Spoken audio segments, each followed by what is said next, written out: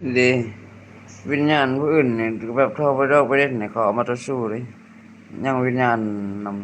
ำมังกรราชมีโชคอิหยังกับพ่อมันนั่นกับพระลุงไว้วัดอันนี้โอ้เขาก็บ่นอนบัดอันก็รับบัดเขาให้นั่งเขานั่งในเขาเทียมแต่ว่าวิญญาณเขาบัดเอาไปนอนคุยกันอยู่บ้านพุ่นติเตรียมตัวเขาบัดเขาตายไปแล้วเขาบ่มีอันที่สืบแล้วเด้อ่างับเขาได้อยู่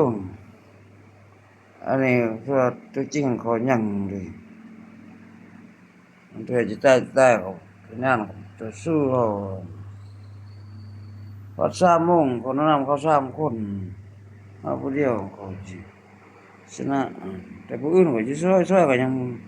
อันรีบๆวิญญาณเจ้าป่วย